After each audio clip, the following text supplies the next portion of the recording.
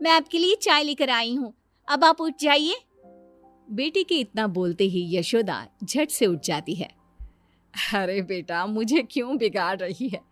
कल तेरी शादी हो जाएगी तो मैं कैसे रहूंगी तेरे बिना? माँ, मुझे कहीं नहीं जाना, मैं यहीं रहूंगी, हमेशा आपके साथ। बेटा, एक ना एक दिन तो हर लड़की को जाना पड़ता है अपने ससुराल। ओफो माँ, आप बिना सुबह सुबह कौन सी बातें लेकर बैठ गई। ये चाय लीजिए और फ्रेश होकर बाहर आ जाइए, नाश्ता तैयार है। इतना बोलकर कंचन वहां से चली जाती है। कंचन की बढ़ती उम्र देख यशोदा को उसकी शादी के ख्याल आने लगते हैं, जिसके बाद वो कंचन के लिए लड़का ढूंढना शुरू करती है। कुछ दिन बाद,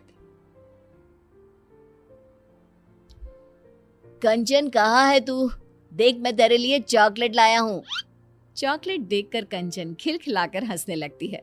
इस पर कंचन के पिता उससे कहते हैं, कंचन बेटा, अब तेरी शादी होने वाली है, यह सब चॉकलेट खाने के शौक छोड़ दे बेटा। कंचन कुछ कहती उसके पहले उसका भाई राहुल बोल पड़ता है, पापा, इतनी भी क्या जल्दी है, अभी तो कंचन छोटी है। अरे इतनी भी छोटी नहीं है तेरी बहन।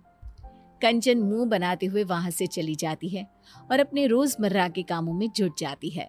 अगले दिन, कंचन बेटा, आज तू घर का कोई काम नहीं करेगी, जाकर तैयार हो जा, थोड़ी ही देर में तुझे लड़के वाले देखने आ रहे हैं। माँ प्लीज, मुझे कहीं नहीं जाना आप लोगों को छोड़कर। जाना तो पड़ेगा ना बेटा, दुनिया की यही रीत है, हर लड़की को एक ना एक दिन पराए घर जाना ही पड़ता है। चल अब जा, तैयार हो जा जल्दी से। माँ की बात मानकर कंचन तैयार होने चली जाती है, जिसके कुछ घंटे बाद लड़के वाले भी कंचन को देखने उसके घर पहुंच जाते हैं। दोनों ही परिवारों को रिश्ता मंजूर हो जाता है और एक सप्ताह बाद कंचन की श्लोक के साथ शादी हो जाती है। कंचन के जाने के बाद सभी को घर बहुत खाली खाली सा लगने लग जाता है। माँ, मुझे छोटी की बहुत याद आ रही है, वो होती तो अभी पूरे घर में इधर से उधर नाच रही होती। हाँ बेटा, तू सही कह रहा है, उसके बिना ये घर खाने को दौड़ रहा है, लेकिन हम कर भी क्या सकते हैं, एक ना एक दिन तो ये होना ही था। ऐसे ही 1 महीना बीत जाता है। अब यशोदा को घर का सारा काम अकेले ही करना पड़ता, जिसके कारण वो अक्सर बीमार रहने लगी। यशोदा, तुमसे कितनी बार कहा है, ज्यादा काम मत किया करो। लो, हो गई ना फिर से तुम्हारी तबीयत खराब। अब मैं घर का काम नहीं करूंगी तो और कौन करेगा? कंचन भी नहीं है, मेरी बेटी ने आज तक कभी मुझे कोई काम नहीं करने दिया, जिसके कारण अब मेरा शरीर काम का ज्यादा भार सहन ही नहीं कर पाता। क्यों ना हम राहुल की शादी करवा दे, बहू आएगी तो तुम्हारी भी थोड़ी बहुत मदद हो जाएगी। हाँ, ये अच्छा आइडिया है। घर वाले शादी की बात शुरू करते हैं और देखते ही देखते कुछ महीनों में राहुल की शादी अंजलि नाम की लड़की से हो जाती है और घर में आते ही अपने व्यवहार और स्वभाव से अंजलि सभी का दिल जीत लेती है। शादी के कुछ दिनों बाद, बहू जरा चाय तो पिला दो, सुबह से चाय नहीं पी है। अंजलि अपने ससुर के लिए चाय बनाकर लाती है। लीजिए पापा जी, आज डिनर में क्या बनाना है? अरे बेटा, जो तेरी इच्छा है वो बना ले।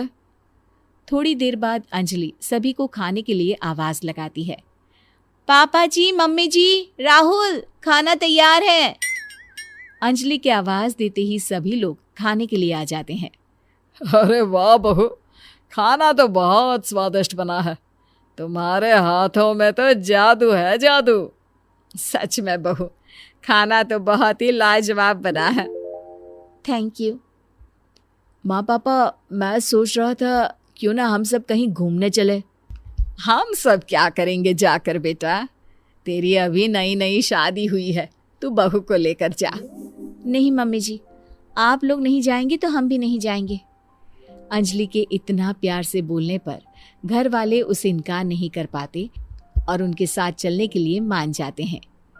एक काम करते हैं, साथ में कंचन को भी ले चलते हैं, बहुत दिन हो गए उससे मिले भी नहीं।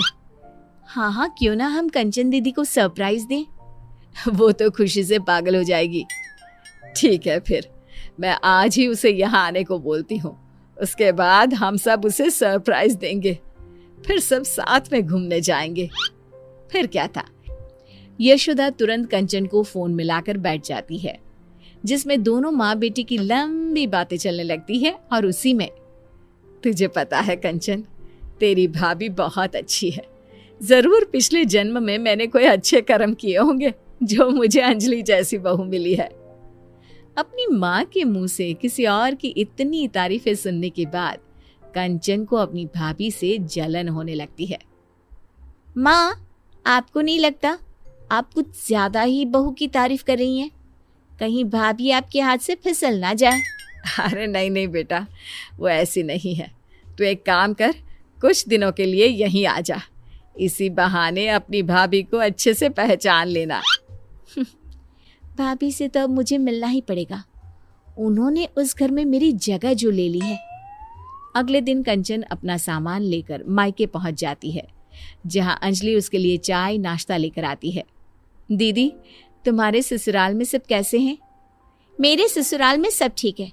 आप यहाँ का बताइए कि सारा काम आप बराबर कर लेती है ना? माँ से तो नहीं करवाती काम। अरे कैसी बात कर रही हो आप दीदी? मैं भला मम्मी जी से कोई काम क्यों करवाऊंगी? ऐसा होना भी नहीं चाहिए, वही आपके लिए बेहतर होगा। कंचन, ये क्या तरीका है अपनी भाभी से बात करने का? हाँ माँ, अब तो आपको मैं ही गलत लगूंगी ना। ऐसा नहीं है कंचन, तुम गलत समझ रही हो। आपसे तो मुझे बात ही नहीं करनी। इतना कहकर कंचन अपने रूम में चली जाती है।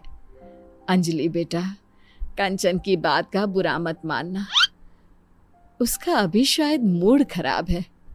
कोई बात नहीं मम्मी जी, मुझे उनकी बातों का बुरा नहीं लगा। अगले दिन अंजलि रसोई में खाना बना रही होती है, तभी वहां कंचन आ जाती है। भाभी, आप रहने दीजिए, आज खाना मैं बना देती हूँ। अरे नहीं नहीं दीदी, आप मेहमान हो, कुछ दिन आराम करने का मौका मिला है, मैं आपसे काम नहीं करवा सकती।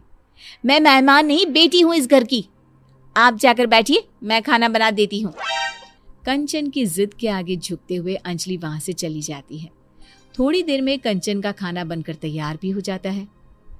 आ जाइए सभी, मैंने खाना बना दिया है। कंचन की आवाज सुनकर सभी लोग आ जाते हैं और खाना शुरू करते हैं। आज बड़े दिनों बाद तुम्हारे हाथ का खाना खाकर मजा आ गया बेटा।